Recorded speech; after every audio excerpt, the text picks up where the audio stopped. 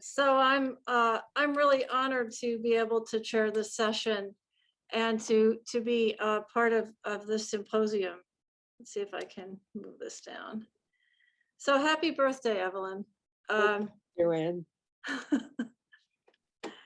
So I thought that I would go over some of the highlights of the SOS response and then place my work as a graduate student sort of within the context in terms of what I learned from Evelyn as a student. And so this is really the question.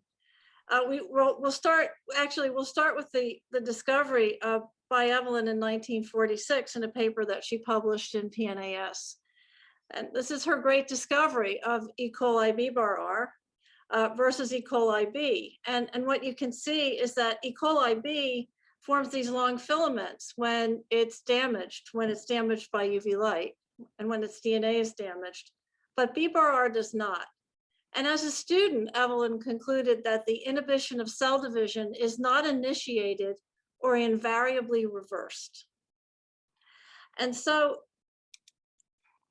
this is the photo that's been shown of Evelyn previously at about that time.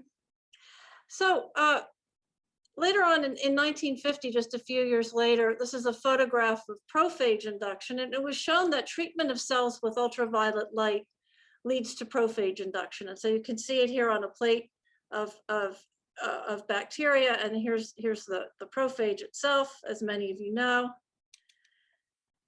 And the question really became for Evelyn, what do these processes have in common? And from what I can gather, not too many people were thinking about what these processes have in common at the time. And so in a 1967 paper, I believe this was previously mentioned by Graham, Evelyn laid out the case for the common denominator between filament formation and prophage induction. They both occur in response to low doses of UV light and other agents that damage DNA. They're photoreversible if UV light is the damaging agent. They depend on the presence of DNA damage, but at very low levels. They can occur when damage is anywhere in the DNA. They don't occur if protein synthesis is blocked.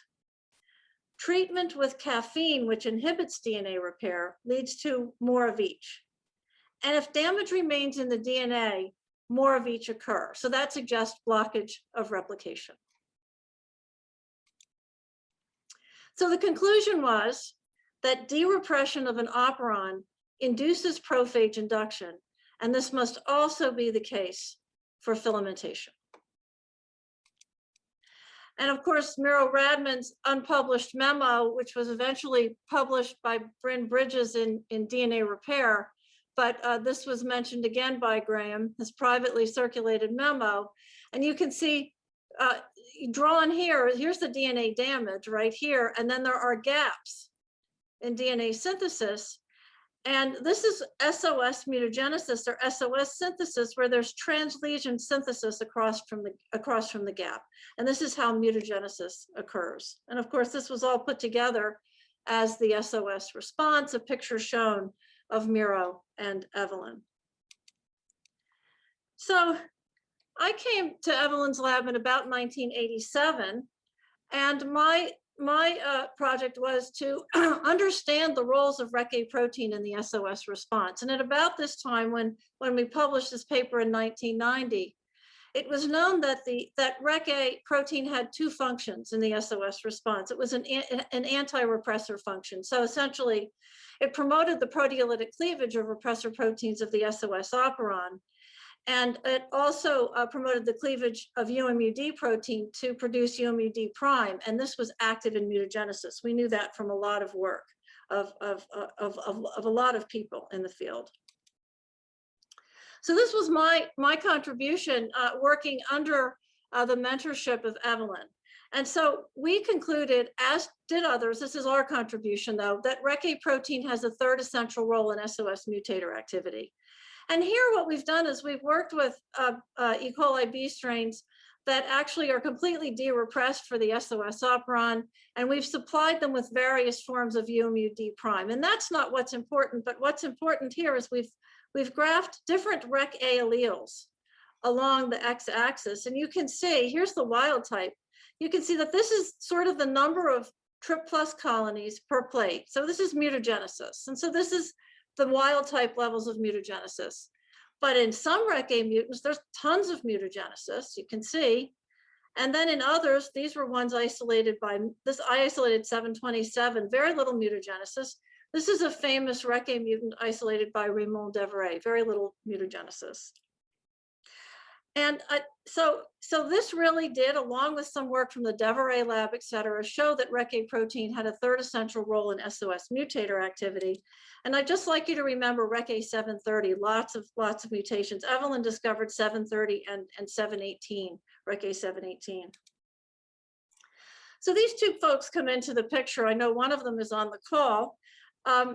I was lucky enough to be sent to Hatch Eccles' lab to purify these mutant RecA proteins. At the time I was a graduate student. And Hatch had an extremely elegant manner of thinking about SOS mutagenesis. And I benefited from my several conversations with him while I visited his lab. I worked with his technician, Chi Lu, and I worked a bit with Roger Woodgate when Roger was a postdoc in the lab on purifying these proteins. When I was a student in Evelyn's lab, as all of us, sometimes, you know, Evelyn would not be in and the phone would ring, and we had one phone line, and invariably interesting people would call. So I remember picking up a telephone call and having to take a message for Barbara McClintock. And as a graduate student, it was always very interesting when these folks called. But one day this guy, Goodman, called, and I answered the phone, and he said, "Hello, Goodman here."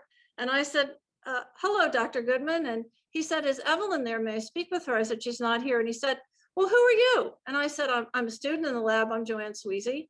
And he said, "Do you know anything about SOS mutagenesis?" And so we had a bit of a conversation. But Myron and Hatch, of course, as many of you on the call know, made a huge contribution to the molecular mechanisms of the role of RecA protein and translesion synthesis by Pol-5 mute. And so this is UMU-D primer Pol-5 mute, and it needs RecA protein. And so here's a molecule of RecA protein. ATP binds to this, and now we have an activated Pol-5 mute complex. And this, with the NTPs, now this polymerase can bypass DNA lesions. And this is this is SOS mutagenesis as described by Evelyn and Miro.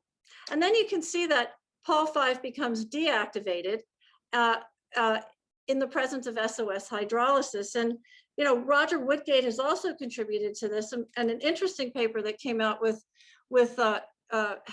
Roger and Myron is that RecA 730, that protein that has increased levels of mutagenesis, is defective at ATP hydrolysis. So it just keeps going and going and going, which is really very interesting.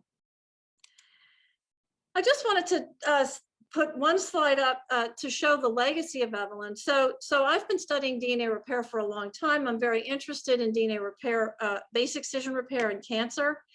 But we've been working with DNA repair mutants in mouse models, and we thought that these mouse models would develop cancer, and instead they developed autoimmune disease called lupus, where there are skin lesions on the mice. The mice also developed anti-nuclear antibody, shown here. We're painting Hep G2 cells with serum from the animals. And they also developed glomerulonephritis or renal disease with immunoglobulin complexes. And this has been taken into working with the Lupus Consortium and collaborators to identify individuals with germline mutations in DNA repair genes. And now my laboratory is developing a number of mouse models to try and understand how aberrant DNA repair contributes to lupus, and also potentially gene environment interactions in the disease of lupus and DNA repair, and potentially developing new treatment strategies, because this is a disease that really hasn't, is not curable and is almost untreatable. So my last slide is to show you a picture.